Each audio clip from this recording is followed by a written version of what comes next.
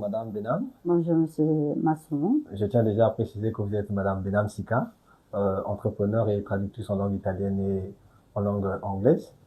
Alors déjà que nous sommes ravis de vous compter parmi nous, surtout sur ce plateau, surtout, d'avoir répondu à cet appel en tout cas.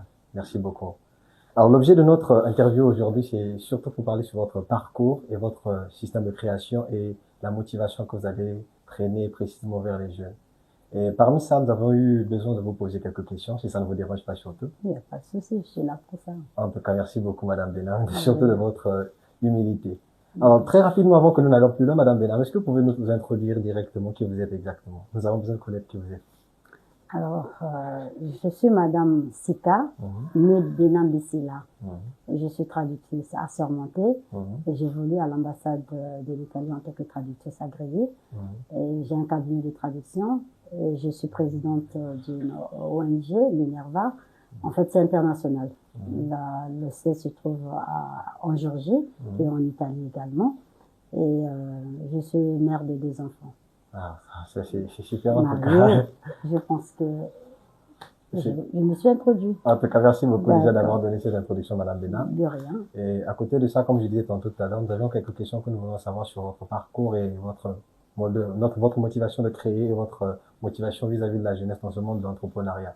Donc du coup, nous avons une question quand même assez particulière à vous demander, Madame Benham. Dites-nous, quels sont vos secteurs d'activité exactement? Dans quoi vous entreprenez plus précisément en tant que tel?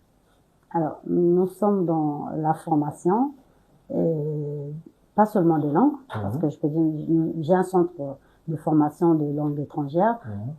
Nous apprenons en langue anglaise, en langue française, la langue italienne. Pour les personnes qui veulent également voyager, aller poursuivre les études, nous les accompagnons pour l'obtention du visa. Et j'ai aussi, en fait, je suis passionnée également de la mode. Donc, j'ai une boutique d'habillement et d'un service également, ça se trouve au niveau de l'Italie. Parce que là-bas aussi, nous avons un cabinet de traduction qui est assermenté, reconnu par l'État. Merci beaucoup, bien, Madame Benham.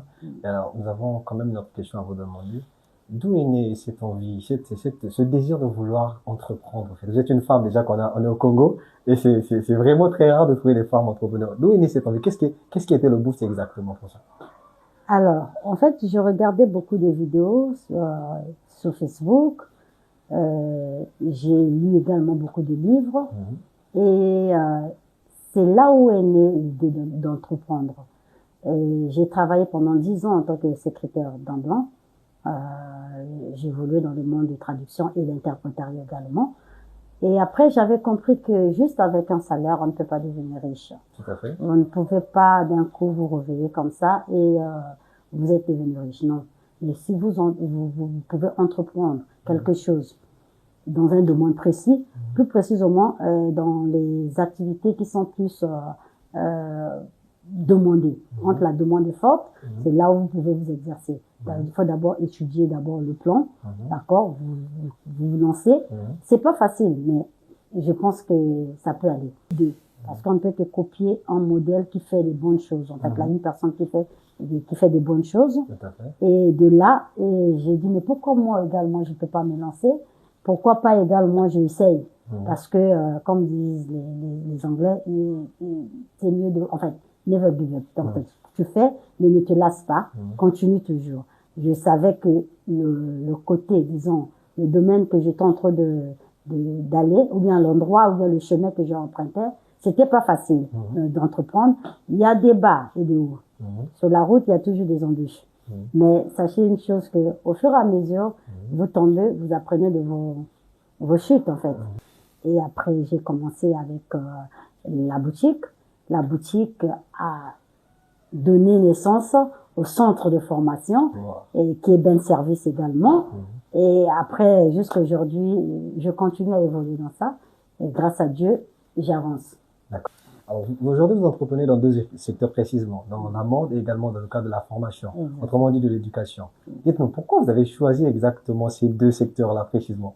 Parmi tant d'autres secteurs existants, pourquoi vous avez pris la mode et pourquoi vous avez pris Parce que, en fait, je suis enseignante de carrière. Voilà. Donc, du coup, en attendant l'arrêté, je me suis dit, je peux pas m'arrêter là. Et quand l'arrêté est sorti, on m'a envoyé à Oyo. Et de Oyo, jusqu'aujourd'hui, bon, entre parenthèses, grâce aux langues, je suis ce que je suis aujourd'hui. Donc, pourquoi pas ouvrir un centre de formation des langues étrangères pour aller poursuivre mes études en Europe. Et deuxièmement, dans l'informatique. Aujourd'hui, vous connaissez que l'informatique, c'est le monde enfin, je peux dire qui évolue plus aujourd'hui. Nous avons l'Internet, nous avons l'IA, nous avons beaucoup de choses. Et il y a des gens, même les choses basiques, ils ne savent pas. Donc, du coup, nous faisons également la formation en informatique appliquée. Pourquoi? Parce qu'il y a plus la pratique que la théorie. Voilà. Et après, la mode. Pourquoi la mode? Parce que je suis d'abord une passionnée de la mode. J'aime m'habiller. Comme vous me voyez là, vous pouvez prendre, hein, déjà. Je comprends en tout cas. Je comprends. J'aime m'habiller, en fait. Les gens disent souvent que c'est pas l'habit qui fait le moine, mais on reconnaît le moine par son habillement. Effectivement. Déjà, quand vous allez dans les administrations, si vous êtes bien vêtu, on vous reçoit autrement. Tout à fait. Donc, raison pour laquelle j'avais choisi ces deux domaines-là. Oh, je vois. Et déjà, cela veut dire que nous, on devrait tous déjà changer de modèle, on dirait. Non, pas du tout. Mais vous savez, chacun de nous a une vision du monde. Donc, moi, ma vision, c'est quoi? C'est d'abord ma personne. Tout à fait. Voilà. D'abord, arranger d'abord ma personnalité et comment se tenir en public, comment me vêtir, comment s'exprimer. Tout ça aussi, ça englobe beaucoup de choses. Précisément déjà, c'est pas vraiment en tant que telle une grande question, mais je reviens sur ce point. Vous avez dit que la mode déjà, j'ai comme l'impression que la mode c'est vraiment quelque peu devenu une partie de vous en tout cas. C'est pas seulement entreprendre dans ce domaine, mais c'est vous-même au fait que ça reflète en même temps et votre personnalité. Et je peux dire c'est ma passion et c'est mon péché mignon. En tout cas, ah ouais, il a fait ça, c'est péché mignon. D'accord, pas de problème, Madame Benham. Alors, vous avez dit tout à l'heure que vous êtes traductrice. J'aimerais un peu revenir sur ce point. Vous avez dit que vous êtes traductrice en langue anglaise et en langue italienne. Vous savez, madame, aujourd'hui, dans un monde là où on va dire qu'il y a plusieurs langues qui existent dans le monde, pourquoi vous avez choisi d'être traductrice dans ces deux domaines-là? Est-ce parce que c'est en rapport avec vos études? Bien, pourquoi vous avez choisi dans ces deux langues exactement? Alors, je peux dire plus précisément, dans le domaine de la langue italienne, c'est parce que j'ai étudié en Italie.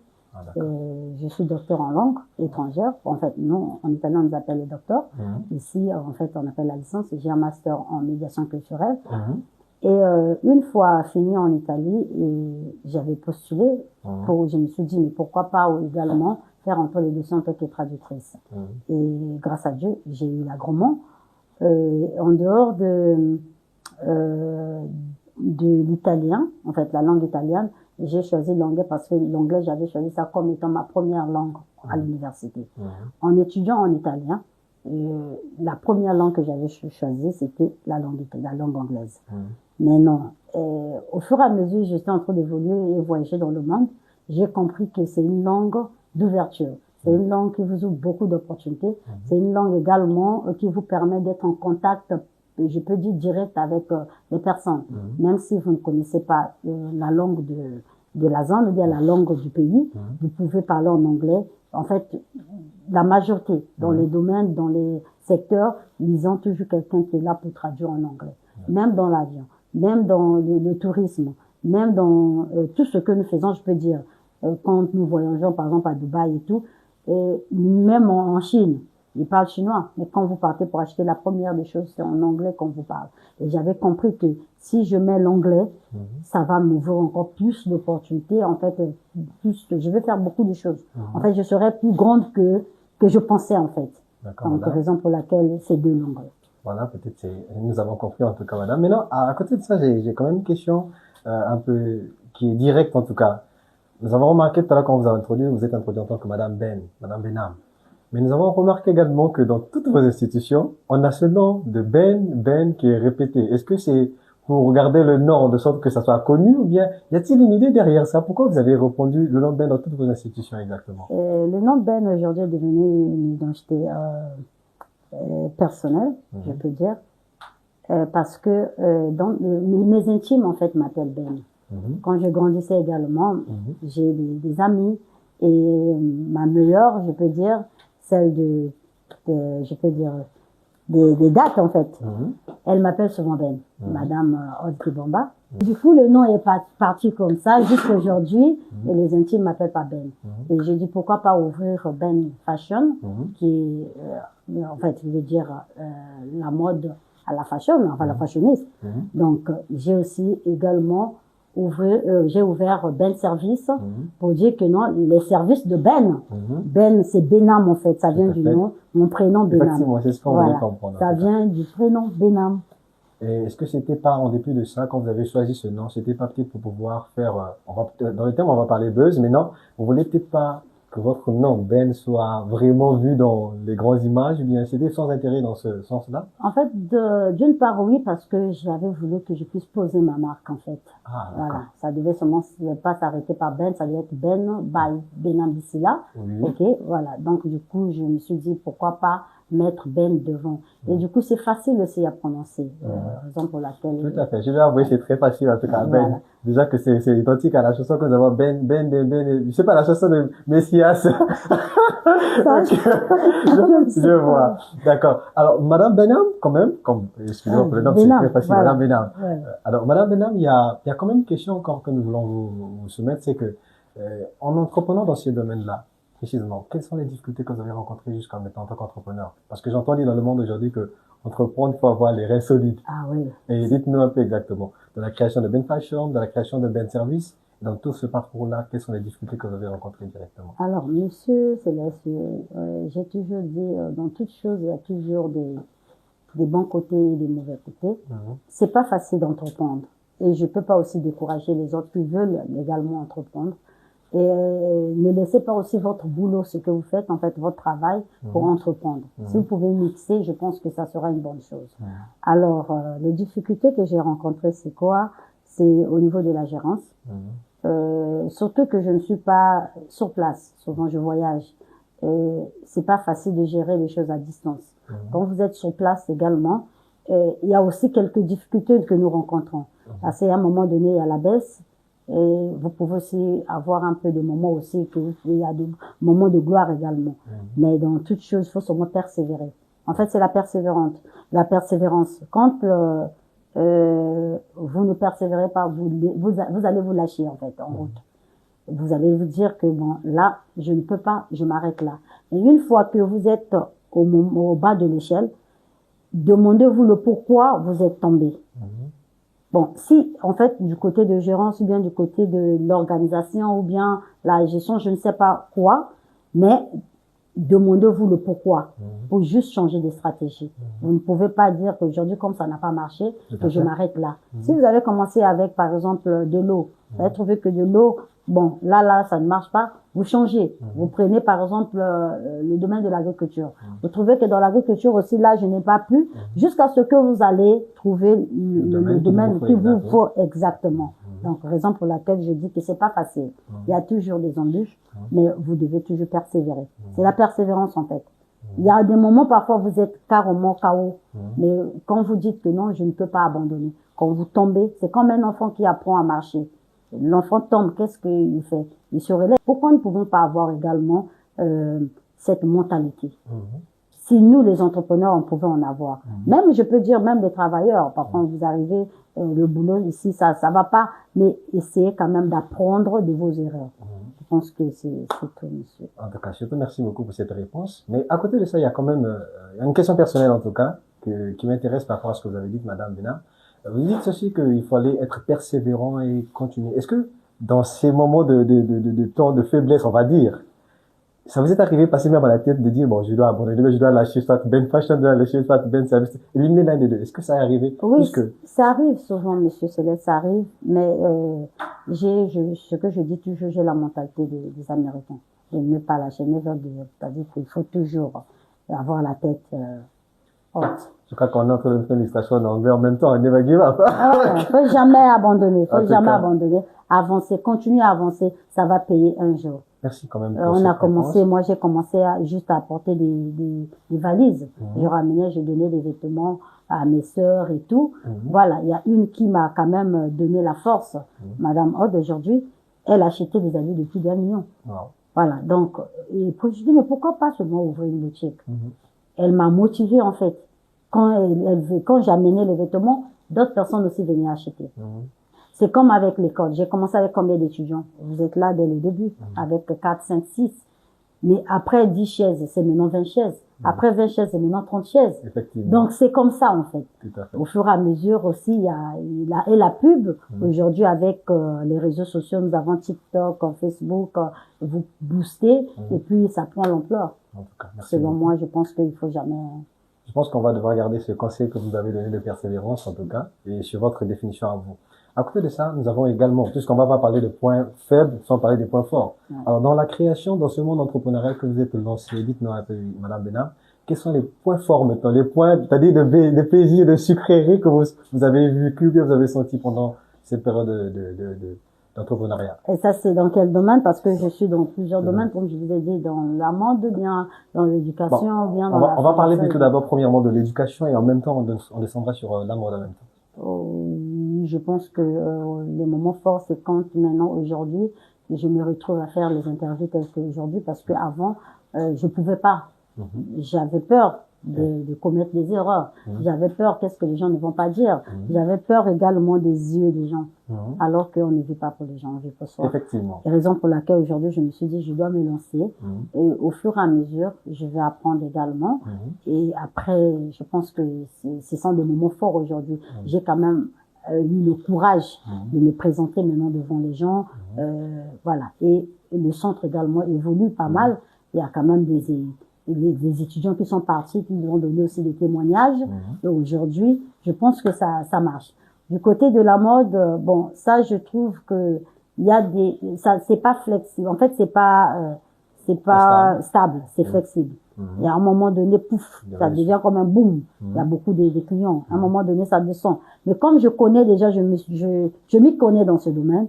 Même quand je peux faire 1 semaine, 2 semaines, ça me dérange pas. Je sais qu'il y aura un moment donné, tac, ça va encore avancer ou bien évoluer. Est-ce que cette patience-là, ça a été développée en fonction de votre temps de faiblesse qui se sont présentés quand vous avez vécu votre temps de faiblesse dans les activités? C'est ce qui a créé cette image que vous avez aujourd'hui de ne pas avoir peur dans les activités surtout?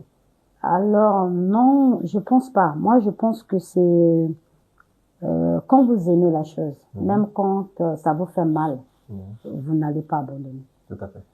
C'est comme un mari et une femme. Vous aimez la femme, vous dites, monsieur, mais il y a la torture, mais vous êtes là. Effectivement. Donc, je pense que c'est parce que j'aime d'abord ce que je fais. Alors, si j'aimais pas ce que je faisais, je pense qu'aujourd'hui, je ne devais pas être là où je suis. Mais je me suis dit, je veux être là. J'aime la chose, en fait. Voilà. Moi, je pense que c'est l'amour que vous avez pour votre business, votre activité, ou bien choisissez le domaine que vous êtes fort, ou bien le domaine que vous aimez d'abord. Parce que si vous n'aimez pas la chose, vous ne pouvez pas aller loin. Aimez d'abord la chose, et vous verrez que si vous allez vous former dans ce que vous faites dans ce domaine-là, vous allez évoluer. Merci bien, Madame Benham, pour cette réponse. Alors, dites-moi, Madame Benham, où est-ce que vous voyez dans 5 ans, dans 10 ans, les institutions Ben en général? Que ce soit Ben Fashion, que ce soit Ben Service. Est-ce que vous avez une image que vous mettez dans la tête je voudrais que ça atteigne ce niveau dans 5 ans, 10 ans? Dites-moi, on voudrait un peu savoir, en tout cas. Oui, nous avons tous des rêves. Tout à fait. Moi, j'ai toujours voulu que Ben Service puisse aller à l'international. Aujourd'hui, nous y sommes. Et également Ben Fashion puisse être juste une marque, en fait, la marque déposée de Ben ici là. Donc, raison pour laquelle je pense que dans 5 à 10 ans, je crois que ça sera plus grand que maintenant. Alors, c'est déjà vraiment, je tiens à vous préciser, pour une femme, en tout cas, dans notre société, en tout cas, pour une femme qui est dans cette image des choses, l'imagination, en tout cas, persévérante, elle est vraiment félicitée, en tout cas. Merci. On tient à vous féliciter surtout pour ce courage-là, Madame Benham. Merci beaucoup. Et on vous souhaite, en tout cas, bon succès sur ce chemin. Merci également, merci. Aujourd'hui, nous sommes face à une jeunesse qui vous écoute. D'ailleurs, vous avez dit aujourd'hui, vous avez maintenant le courage de vous exposer, de vous retrouver peut-être au niveau des réseaux sociaux. Aujourd'hui, toutes les personnes qui vous voient, qui peut-être veulent entreprendre dans les mêmes domaines que vous, ou bien peut-être veulent entreprendre dans le domaine de la formation, de l'éducation, ou bien de la mode, quel est le message que vous leur donnez d'encouragement, de motivation pour pouvoir persister, bien de pouvoir se lancer dans ce domaine? Exactement. Alors, je pense que je peux les encourager d'abord, premièrement, de se former. Dans chaque domaine que vous devez entreprendre, formez-vous d'abord. ayez la connaissance de ce que vous allez faire. Parce que si vous n'avez pas la connaissance, vous allez vous arrêter au cours de route. Pourquoi? Parce que si vous ne maîtrisez pas le domaine, les gens que vous allez embaucher ne viendront pas faire comme vous. Parce que c'est pas leur rêve, c'est votre rêve à vous. Donc, vous devez d'abord, premièrement, vous former. Et de là, vous pouvez également montrer à la jeunesse, aux jeunes, que vous pouvez faire ça, pour évoluer ou bien pour subvenir à vos besoins ou avancer dans la vie. Comme je l'ai dit au préalable, on ne va pas seulement parler que vous devez tous entreprendre, non, parce qu'il y a des gens qui ne sont pas là pour commander. Il y a des gens qui sont là pour les commander. Tout à fait. Et il y a des gens qui sont déjà nés pour commander. Effectivement, je comprends. Vous pouvez mettre une personne là comme vous devez diriger, mais si la personne n'est pas née pour commander, vous verrez qu'il y aura quelqu'un qui va surpasser ou bien quelqu'un qui va le dépasser. Donc, vous devez d'abord vous former dans le domaine et après, chercher les gens qui ont la même vision que vous. Parce qu'il y a d'autres qui viendront juste pour prendre le salaire et partir. Tout à fait. OK? Donc, formez la personne. Une fois que vous avez formé la personne, marchez ensemble. Tout à fait. Et je pense que ça va aller. En tout cas, merci quand même pour ce conseil donné à la jeunesse. Nous sommes presque au terme de notre émission. Nous avons quand même une chose que vous avez mentionnée pour finir, Madame Benham. Vous avez dit que vous êtes aussi présidente d'une ONG. Alors, peut-être aujourd'hui, le monde ne connaît pas sur quoi va se vouer et dans quoi cette ONG va être. Parce que quand on écoute ONG, on se dit, mais tiens, peut-être qu'il y a des offres ou bien peut-être qu'il y a quelque chose. Est-ce que vous pouvez dire un peu plus à tout le monde, savoir, dans votre ONG, sur quoi vous allez vous lancer, dans quoi elle va être spécialisée exactement avant que nous finissions? Alors, l'objectif principal, c'est sur comment dire, c'était pour promouvoir la formation des jeunes. Ok, quand nous parlons des formations, il y a plusieurs formations. Nous pouvons être dans l'agriculture, dans l'élevage, comme ce que nous faisons les langues, et d'une également en fait l'immigration, que les clandestins, ceux qui vont partir sans savoir le pourquoi ils sont en train de partir. Et nous sommes aussi dans l'aide, ok, des personnes qui sont démunies et des handicapés également. Parce que nous avons vu, il y a beaucoup de handicapés qui sont là, ils n'ont pas de vélo, ils n'ont rien, ils n'ont pas de quoi survivre, et nous devons leur porter quand même de l'aide. En tout cas, merci beaucoup déjà. Là, nous ne voyons pas seulement un esprit entrepreneurial, mais nous voyons aussi le cœur d'une femme qui veut aider, en tout cas, vouloir se lancer dans le côté d'aide. Franchement, on vous félicite beaucoup, Madame Benham, sur ça. En tout cas, on souhaite que le bon Dieu vous accompagne sur votre marche, en tout cas, pendant cette marche entrepreneuriale, en tout cas. En tout cas, merci. C'était un plaisir de vous recevoir sur ce plateau, en tout cas, et on espère vous revoir encore prochainement dans prochaines interviews. Tout le plaisir était pour moi d'être ici avec Monsieur Céleste. Vraiment, merci. Pas de problème, Madame Benham. En tout cas, on se dit à bientôt et bonne journée à vous. Merci beaucoup. À la prochaine.